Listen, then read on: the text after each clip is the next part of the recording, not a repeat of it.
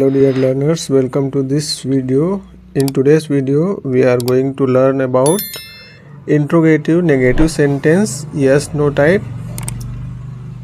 We have learned about future perfect tense, affirmative sentence, negative sentence, interrogative sentence type 1 yes no type, and interrogative sentence type 2 WH type.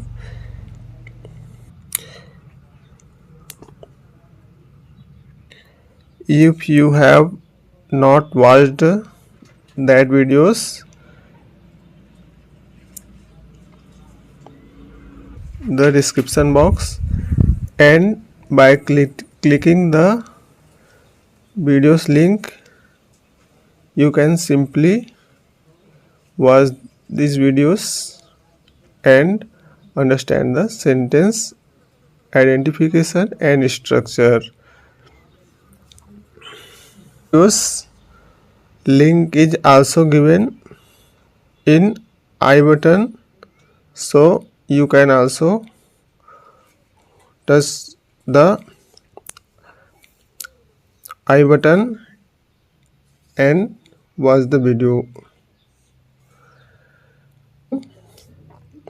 This video dear learners, इसके पहले वाले video में हम future perfect tense के affirmative sentence, negative sentence, interrogative sentence type 1 yes no type और interrogative sentence type 2 WH type के बारे में सीख चुके हैं। तो यदि आप ये वाले वीडियो नहीं देखे होंगे तो इन वीडियो का लिंक डिस्क्रिप्शन बॉक्स और आई बटन पर दिया हुआ है। आप लिंक को क्लिक करके इन वीडियो को देखकर इस टेंस के इस प्रकार के सेंटेंस की स्ट्रक्चर को आसानी से समझ सकते हैं।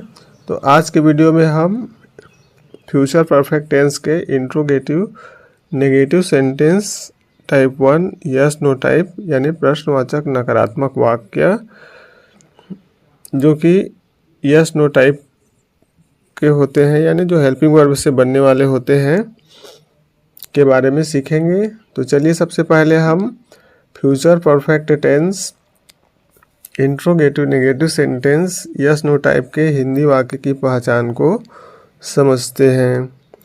तो future perfect tense interrogative negative sentence yes no type में हिंदी वाक्यों में हमें वाक्य के शुरुआत में क्या शब्द लिखा हुआ दिखाई देता है और मुख्य क्रिया के पहले वाक्य में नहीं शब्द रहता है तथा क्रिया के अंत में चुका होगा, चुकी होगी, चुके होंगे, चुका होगा, चुकी होंगी इत्यादि शब्द जुड़े रहते हैं तथा अंत में प्रश्नवाचक चिन्ह यानी क्वेश्चन मार्क वाक्य में लगा होता है। तो इस प्रकार से हम वाक्य को देखकर पहचान सकते हैं कि ऐसे हिंदी वाक्य जिसमें वाक्य के शुरुआत में क्या हो और क्रिया के पहले वाक्य में नहीं हो तथा क्रिया के अंत में चुका होगा, चुकी होगी, चुके होंगे, चुका होगा, चुकी होंगी आदि हो तथा अंत में प्रश्नवाचक चिन्ह लगा हो। Future perfect tense interrogative negative sentence yes no type के सेंटेंस होते हैं। तो इस प्रकार से हम हिंदी वाक्यों को बहुत ही आसानी से पहचान सकते हैं। चलिए आगे कुछ एग्जाम्पल्स से समझते हैं पहचान को। तो जैसा कि यहाँ पर हमारा उदाहरण है, क्या वह यहाँ नहीं आ चुका होगा। तो जैसा कि आप उदाहरण में देख सकते हैं कि वाक्य के शुरुआत में क्या है और यहाँ पर क्रिया आ यानी आना है और क्रिया के पहले वाक्य में नहीं लगा हुआ है और क्रिया के अंत में चुका होगा लगा हुआ है और अंत में प्रश्नवाचक चिन्ह है। अर्थात इस प्रकार का वाक्य हमारा future perfect tense interrogative negative sentence yes no type का सेंटेंस है, क्योंकि इस प्रकार के वाक्यों के उत्तर हम यस या नो बोलकर दे सकते हैं यानी हाँ या नहीं कह करके हम इस प्रकार के प्रश्नों के उत्तर दे सकते हैं। इसीलिए इसे yes no type interrogative negative sentence कहा जाता है। चलिए अगला उदाहरण देखते हैं। अगला उदाहरण है, क्या वह स्कूल नहीं जा चुकी होगी। तो यहाँ पर भी आप देख सकते हैं कि वाक्य के शुरुआत में क्या है और क्रिया के पहले वाक्य में नहीं है और क्रिया के अंत में चुकी होगी है, यानी यह सेंटेंस भी हमारा future perfect tense interrogative negative sentence है। अगला उदाहरण देखते हैं, क्या हम अंग्रेजी नहीं सीख चुके होंगे। तो यहाँ पर भी आप देख सकते हैं कि वाक्य की शुरुआत में क्या है और क्रिया सीख यानी सीखना है और क्रिया के पहले नहीं है और क्रिया के अंत में चुके होंगे लगा हुआ है और अंत में प्रश्नवाचक चिन्ह है। तो इस प्रकार से हम हिंदी वाक्यों को बहुत ही आसानी से पहचान सकते हैं। तो चलिए आगे हम अंग्रेजी वाक्य की पहचान को समझते हैं। तो future perfect tense interrogative negative sentence के अंग्रेजी वाक्य की मुख्य पहचान है। वाक्य के शुरुआत में हमको हेल्पिंग वर्ब साल या विल लिखा हुआ दिखाई देगा सेंटेंस में, जिसका पहला अक्षर बड़े अक्षर के रूप में लिखा हुआ रहता है। उसके बाद हमें सेंटेंस में सब्जेक्ट लिखा हुआ दिखाई देगा। उसके बाद हमको सेंटेंस में नॉट लिखा हुआ दिखाई देगा। नॉट के बाद हैव्स लिखा हुआ दिखाई देगा सेंटेंस में, और हैव के बाद में वर्ब का थर्ड फॉर्म यानी क्रिया का तीसरा रूप सेंटेंस में लगा हुआ दिखाई देगा। तो यही future perfect tense interrogative negative sentence की मुख्य पहचान होती है अंग्रेजी वाक्यों की। तो पहचान को समझ लेने के बाद चलिए आगे हम अंग्रेजी में वाक्य बनाने के लिए सूत्र यानी इंग्लिश सेंटेंस स्ट्रक्चर को समझते हैं। तो हमें अंग्रेजी में वाक्य बनाते समय यानी अंग्रेजी वाक्य लिखते समय या अंग्रेजी वाक्य बोलते समय या हिंदी वाक्यों को अंग्रेजी में अनुवाद करते समय हमें इस इंग्लिश स्ट्रक्चर को ध्यान में रखना होता है। सबसे पहले हमको सेंटेंस के शुरुआत में हेल्पिंग वर्ब लिखना होता है। तो यहाँ पर हेल्पिंग वर्ब साल या विल दोनों में से कोई एक लिखना होता है, जो कि हम सब्जेक्ट के अनुसार लिखते हैं और पहला अक्षर बड़े अक्षर के रूप में लिखते हैं। उसके बाद हमें सेंटेंस में सब्जेक्ट लिखना होता है। सब्जेक्ट के बाद में हमें नॉट लिखना होता है और नॉट के बाद हमें हैव लिखना होता है। हैव के बाद में वर्ब का थर्ड फॉर्म।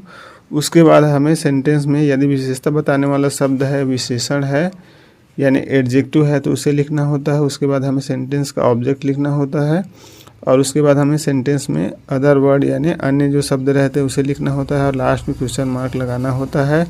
तो इस प्रकार से future perfect tense interrogative negative sentence yes no type के सेंटेंस की स्ट्रक्चर है। हेल्पिंग वर्ब साल या will plus subject plus not plus have plus verb third form plus adjective plus object plus other word plus question mark. तो इस sentence structure के अनुसार यदि हम अंग्रेजी के वाक्यों को लिखते हैं या हिंदी वाक्यों को अंग्रेजी में अनुवाद करते समय हमें इसी क्रम में सेंटेंस को लिखना होता है। तो इस प्रकार से यदि हम वाक्य को लिखेंगे तो हमारा इंग्लिश सेंटेंस बिल्कुल सही बनेगा। यहाँ पर हम ध्यान रखेंगे कि यदि हमारा सब्जेक्ट आई है, आई यानी मैं, वी यानी हम हो, तो इन दोनों सब्जेक्ट के साथ में हमको हेल्पिंग वर्ब साल लगता है यानी लगाना होता है, इसे ध्यान में रखेंगे। तथा यदि हमारा सब्जेक्ट ही हो, सी हो, इट हो, नेम सिंगुलर यानी एक वचन, प्लूरल यानी बहुवचन हो, यू यानी तुम या आप, दे यानी वे हो, तो इन सभी सब्जेक्ट के साथ में हमको हेल्पिंग वर्ब विल लगता है यानी लगाना होता है, इसे ध्यान में रखेंगे। तो चलिए आगे हम कुछ एग्जाम्पल्स यानी हिंदी वाक्यों को अंग्रेजी में अनुवाद करके देखते हैं। यहाँ पर हमारा एग्जाम्पल में पहला हिंदी वाक्य है, क्या वह यहाँ नहीं आ चुका होगा। तो यहाँ पर हम सेंटेंस में यानी हिंदी वाक्य के शुरुआत में क्या शब्द है और क्रिया के पहले नहीं है और क्रिया के अंत में चुका होगा है, इसको देखकर हम पहचान लिए कि इस प्रकार का वाक्य future perfect tense interrogative negative sentence yes no type का सेंटेंस है। तो अब हम इंग्लिश सेंटेंस स्ट्रक्चर को ध्यान में रखकर इसे अंग्रेजी में अनुवाद करेंगे। तो हम सबसे पहले यहाँ पर हमें स्ट्रक्चर के अनुसार हेल्पिंग वर्ब लिखना होगा। तो यहाँ पर हमारा सब्जेक्ट वह है यानी और चुका होगा है यानी हमारा प्रोनाउन ही यूज करेंगे हम। तो यहाँ पर उसके पहले हमको हेल्पिंग वर्ब विल लगाना होगा, जिसका पहला अक्षर बड़ा लिखेंगे। उसके बाद हम सब्जेक्ट लिखेंगे ही। उसके बाद हम सेंटेंस स्ट्रक्चर के अनुसार नॉट लिखेंगे। उसके बाद हमें हैव लिखना होगा। उसके बाद वर्ब का थर्ड फॉर्म लिखना होगा। यहाँ पर क्रिया आ यानी आना है, तो आना को इंग्लिश में कम बोलते हैं, तो कम का थर्ड फॉर्म कम ही होता है, कम, केम और कम होता है, तो इसका थर्ड फॉर्म कम ही हो जाएगा। उसके बाद हमें यहाँ के लिए जो कि अदर वर्ड, इसके लिए हमको इंग्लिश में हियर लिखना होगा और लास्ट में क्वेश्चन मार्क लगा देंगे। तो क्या वह यहाँ नहीं आ चुका होगा, इसका इंग्लिश हो जाएगा will he not have come here और लास्ट में क्वेश्चन मार्क लगा देंगे। अंग्रेजी में अनुवाद करके देखते हैं। तो अगला हिंदी वाक्य है, क्या वह स्कूल नहीं जा चुकी होगी। तो यहाँ पर हम सबसे पहले हेल्पिंग वर्ब लिखेंगे। यहाँ पर हमारा सब्जेक्ट सी है, वह और होगी है, तो यहाँ पर हम सब्जेक्ट सी लिखेंगे। तो सी के पहले हमको हेल्पिंग वर्ब विल लिखना होगा और विल का पहला अक्षर बड़ा करके लिखेंगे। उसके बाद हमें नॉट लगाना होगा, उसके बाद हैव लिखना होगा, उसके बाद वर्ब का थर्ड फॉर्म लिखना होगा, उसके बाद ऑब्जेक्ट लिखेंगे। तो क्या वह स्कूल नहीं जा चुकी होगी, इसका इंग्लिश हो जाएगा will she not have gone to school और लास्ट में क्वेश्चन मार्क लगा देंगे। तो इस प्रकार से हम अंग्रेजी वाक्य को लिखेंगे तो हमारा अंग्रेजी वाक्य बिल्कुल सही बनेगा। चलिए आगे अगले हिंदी वाक्य को अंग्रेजी में अनुवाद करके देखते हैं। अगला हिंदी वाक्य है, क्या हम अंग्रेजी नहीं सीख चुके होंगे। तो यहाँ पर भी वाक्य के शुरुआत में क्या है और क्रिया के पहले नहीं है और क्रिया के अंत में चुके होंगे है, यानी यह वाक्य भी हमारा future perfect tense, interrogative, negative sentence, yes no type का सेंटेंस है। तो अब हम सेंटेंस स्ट्रक्चर के अनुसार सबसे पहले हेल्पिंग वर्ब लिखेंगे। हमारा सब्जेक्ट हम है तो इसके लिए हमें वी लिखना होगा। तो वी के पहले हम साल लिखेंगे और उसका पहला अक्षर बड़ा लिखेंगे, उसके बाद नॉट लिखेंगे, उसके बाद हैव लिखेंगे, उसके बाद वर्ब का थर्ड फॉर्म, उसके बाद ऑब्जेक्ट लिखेंगे। तो इस प्रकार से हमारा अंग्रेजी वाक्य हो जाएगा, क्या हम अंग्रेजी नहीं सीख चुके होंगे। इसका इंग्लिश हो जाएगा shall we not have learned English और लास्ट में क्वेश्चन मार्क लगा देंगे। तो इस प्रकार से हम अंग्रेजी वाक्य को बनाएंगे तो हमारा अंग्रेजी वाक्य बिल्कुल सही बनेगा। और हिंदी एवं अंग्रेजी वाक्य की पहचान को ध्यान में रखकर हम बहुत सारे अंग्रेजी के वाक्य बना सकते हैं और हिंदी एवं अंग्रेजी वाक्यों की पहचान आसानी से कर सकते हैं।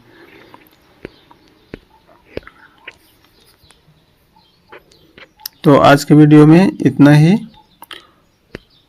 आपको वीडियो समझ में आया होगा। यदि वीडियो समझ में आया हो तो वीडियो को लाइक करें, चैनल को सब्सक्राइब करें और अधिक से अधिक अपने दोस्तों को शेयर करें। मिलते हैं अगली वीडियो में, तब तक के लिए bye bye, take care, thanks for watching.